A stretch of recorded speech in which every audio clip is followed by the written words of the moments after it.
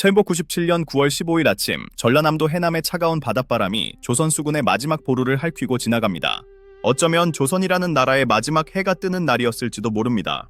지난 시간 우리는 동서양의 영웅 이순신과 넬슨이 공유했던 소름 끼치는 평행 이론에 대해 이야기했습니다. 하지만 그 위대한 신화가 시작되기 직전 이순신이라는 한 인간이 마주했던 현실은 신화보다 훨씬 더 처참하고 가혹했습니다. 역사학자들조차 이것은 결코 이길 수 없는 싸움이었다고 입을 모으는 그날, 명량 해전 전야에 숨막히는 24시간이 지금 이 순간부터 카운트다운을 시작합니다. 바다 위로 짙게 깔린 안개 너머로 믿기 힘든 첩보가 날아듭니다. 조선 수군을 괴멸시키기 위해 다가오는 외선의 수 무려 133척. 이에 맞서는 조선의 배는 7,000량에서 간신히 살아남은 단 13척뿐이었습니다. 1대10, 아니 1대13의 싸움. 이것은 전략이나 전술로 극복할 수 있는 수치를 이미 넘어서 있었습니다. 수평선을 가득 메운 적의 돛대가 상상만으로도 병사들의 숨통을 조여오던 그 시간, 이순신은 홀로 거친 지도를 내려다보고 있었습니다. 그의 눈앞에는 승리의 가능성이 아닌 피할 수 없는 멸망의 그림자가 먼저 보였을지도 모릅니다. 그런데 말입니다. 이 절망적인 숫자 뒤에 숨겨진 기이한 기록들이 있습니다. 이순신은 그 압도적인 수치를 보고받고도 결코 후퇴를 명하지 않았습니다. 오히려 그는 가장 위험하고 가장 좁은 길목, 울돌목으로 함대를 이동시킵니다. 왜군들조차 미친 짓이라 비웃었던 그 선택. 하지만 그것은 철저히 계산된 영웅의 도박이었습니다. 200년 뒤 넬슨이 트라팔가에서 적의 심장을 향해 수직으로 돌격했던 그 무모함처럼 이순신 또한 가장 위험한 곳에서 가장 확실한 승리의 열쇠를 찾고 있었던 것입니다. 조정에서는 이미 수군을 폐지하라는 명이 내려온 상태였습니다. 왕조차 포기한 바다, 부하들의 눈에는 이미 죽음의 공포가 서려 있었습니다. 신에게는 아직 10척의 배가 남아있사옵니다 라는 그 유명한 선언 뒤에 감춰진 장군 스스로의 떨리는 심장 소리를 들어본 적이 있습니까? 전투를 불과 24시간 앞둔 이 시점, 조선 수군의 군영 안에서는 아군을 향한 불신과 적을 향한 공포가 소용돌이치고 있었습니다. 과연 이순신은 이 불가능한 방정식을 어떻게 풀어내려 했을까요? 적의 대함대가 코앞까지 다가온 그날 낮, 장군의 머릿속을 스쳐 지나간 생각은 무엇이었을까요? 이제 우리는 단순히 결과로만 알던 명량의 기적을 잠시 잊고 가장 처절했던 영웅의 마지막 하루를 뒤쫓아 보려 합니다. 승리라는 화려한 포장지를 벗겨낸 뒤 드러난 날 것 그대로의 진실. 그 첫 번째 조각은 병사들의 가슴 속에 파고든 잔인한 공포로부터 시작됩니다. 천복 97년 9월 15일 오후, 서서히 지는 노을 아래 조선 수군의 진영은 무거운 정적만이 감돕니다. 하지만 그 정적은 평화가 아닌 폭발 직전의 시한폭탄 같은 긴장감이었죠. 적선 133척이 몰려온다는 소식은 칼바람보다 더 날카롭게 병사들의 가슴을 베었습니다. 어제까지 함께 밥을 먹던 동료의 눈에는 이미 생기가 사라졌고 그 자리는 죽음이라는 공포가 채우고 있었습니다. 역사학자들이 주목하는 지점은 바로 이 대목입니다. 영웅 이순신의 뒤에 서 있던 병사들은 결코 초인적인 전사들이 아니었습니다. 그들은 그저 고향에 두고 온 처자식을 걱정하고 내일이면 차가운 바닷속에 수장될지도 모르는 공포에 떠는 평범한 인간들이었습니다. 그리고 그 공포는 결국 돌이킬 수 없는 사태로 번지기 시작합니다. 어두운 밤을 틈타 하나둘씩 군영을 빠져나가는 그림자들. 네, 그것은 탈영이었습니다. 심지어 장수들조차 흔들렸습니다. 기록에 따르면 당시 수군의 중추적인 역할을 해야 했던 이들조차 병을 핑계로 회피하거나 아예 자취를 감추려 했습니다. 군기를 엄히 다스려야 할 이순신에게 이것은 적의 대함대보다 더 치명적인 위협이었습니다. 칼을 휘둘러 적의 목을 베는 것보다 아군의 가슴 속에 박힌 공포의 가시를 뽑아내는 것이 훨씬 더 어려운 법이니까요. 장군은 야심한 시각, 군영 구석구석을 돌며 떨고 있는 병사들의 등을 바라보았습니다. 그는 과연 무슨 생각을 했을까요? 배신감이었을까요? 아니면 연민이었을까요? 이순신은 그들을 처벌하는 대신 자신의 일기에 그 참담한 심경을 묵묵히 기록했습니다. 사람의 힘으로는 어찌할 수 없는 일이다. 이 한 문장 속에 담긴 고독한 지도자의 무게는 감히 상상조차 할 수 없습니다.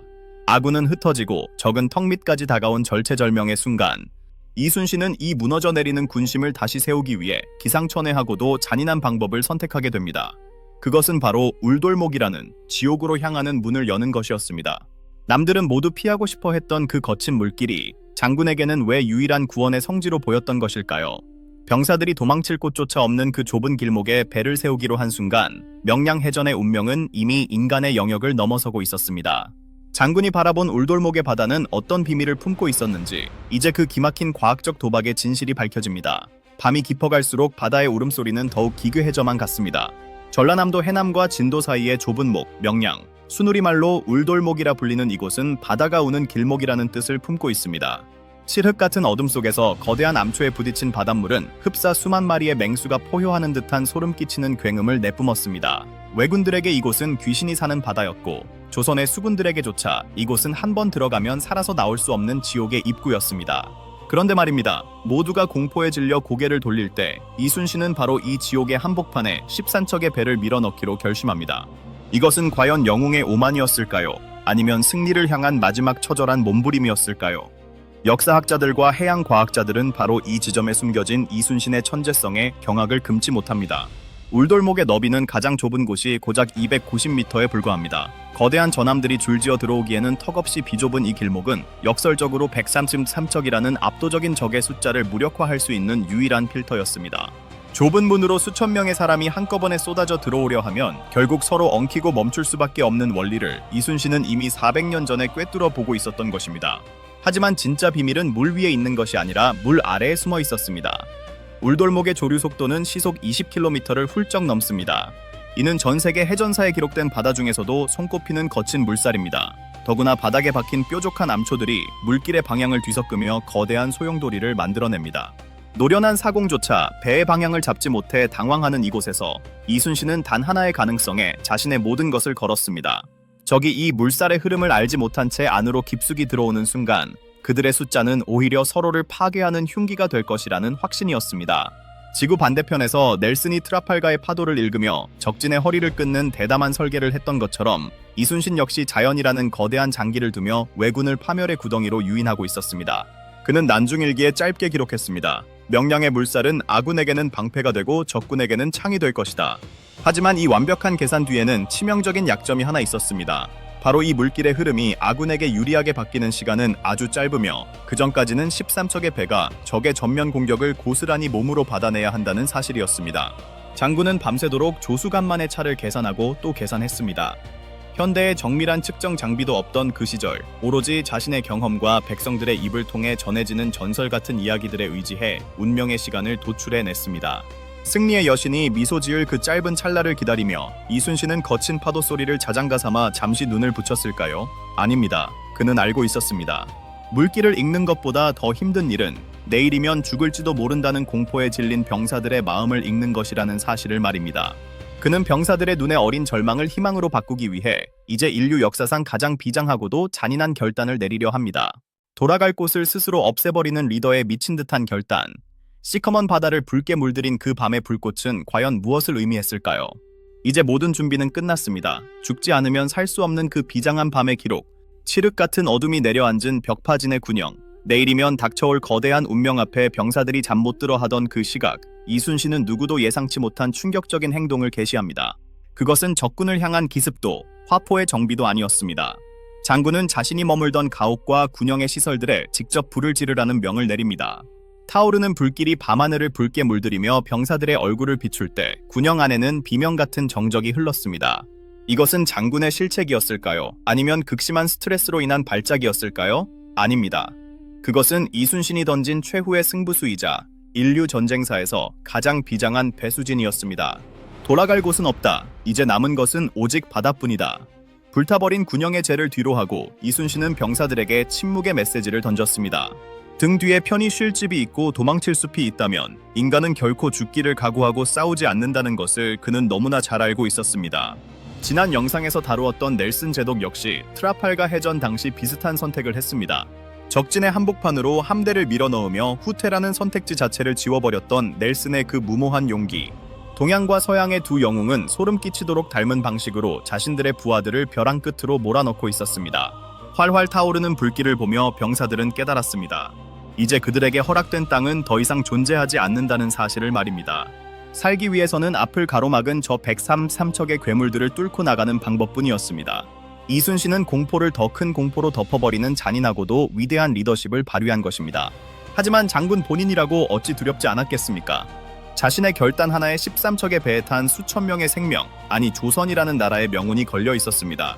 그 무거운 책임감 속에서 이순신은 타오르는 군영을 응시하며 조용히 칼자루를 쥐었습니다.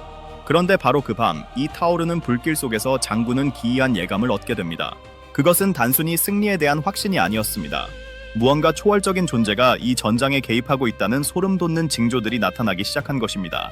난중일기 속에 기록된 그날 밤의 신비로운 이야기는 오늘날까지도 명량해전이 단순한 전술의 승리가 아닌 하늘이 도운 기적이라 불리는 이유가 됩니다. 과연 이순신이 불타는 군영을 뒤로하고 잠시 감은 눈앞에 나타난 것은 무엇이었을까요? 적의 대함대가 뿜어내는 공포를 잠재울 만큼 강렬했던 그 밤의 환상, 그리고 그 환상이 현실이 되어 나타나기 시작한 전야의 마지막 조각들. 이제 명량의 밤은 가장 깊은 곳으로 향합니다. 영웅의 꿈속에 나타난 신비한 계시. 모든 물리적인 준비가 끝난 깊은 밤, 거친 숨소리조차 파도 소리에 묻혀버린 벽파진의 군영 안에서 장군은 잠시 눈을 감습니다.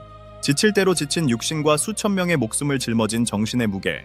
그런데 바로 그 순간 조선의 역사를 바꾼 가장 기이하고도 신비로운 사건이 일어납니다.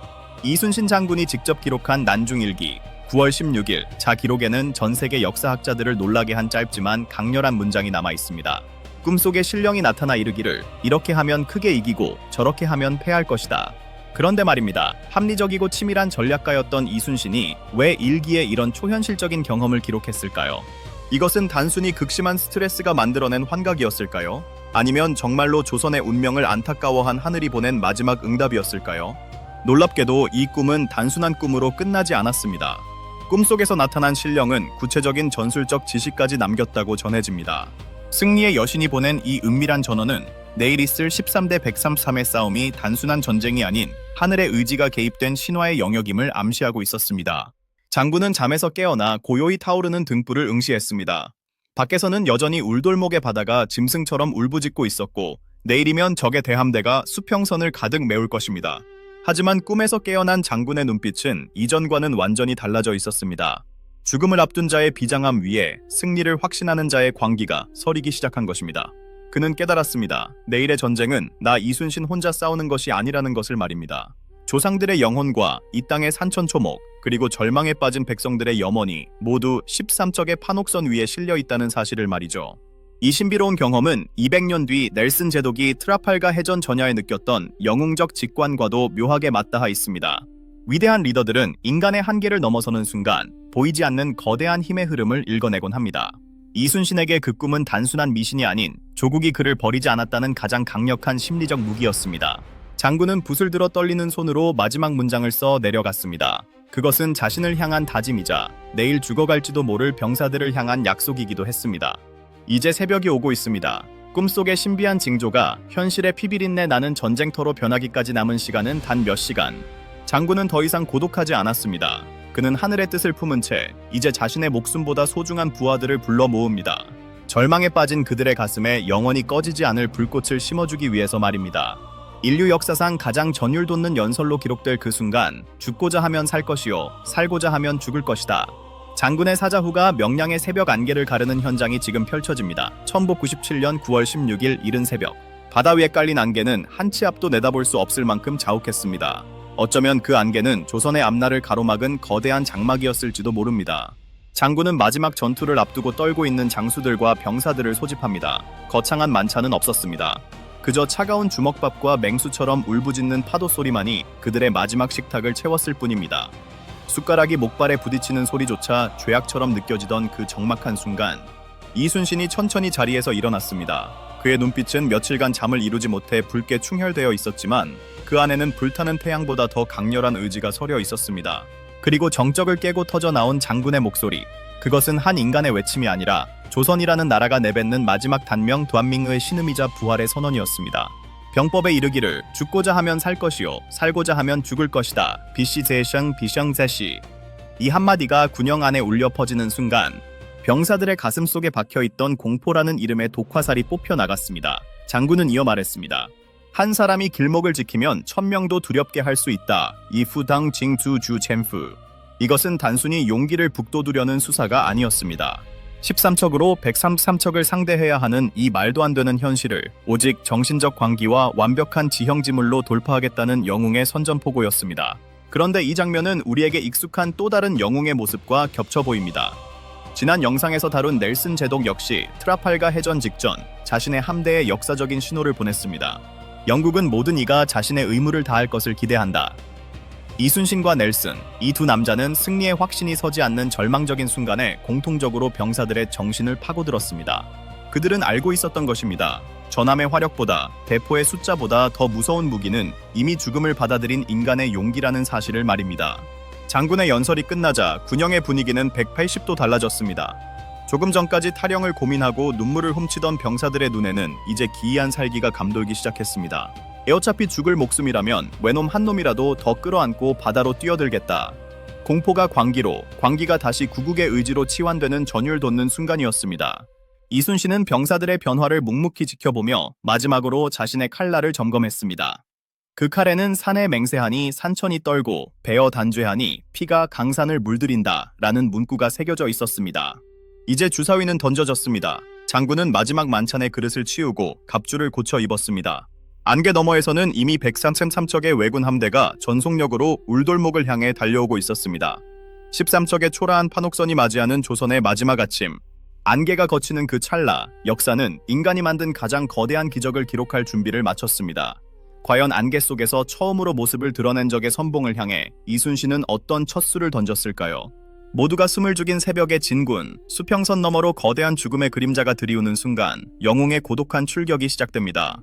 2화에서 다룬 트라팔가의 기적과 소름 끼치도록 닮아있는 명량의 시작, 그 폭풍전야의 적막함이 이제 걷히기 시작합니다. 찰복 97년 9월 16일 마침내 운명의 새벽이 밝았습니다. 바다 위로 자욱하게 깔린 안개는 마치 조선의 마지막 수위처럼 차갑고 무거웠습니다.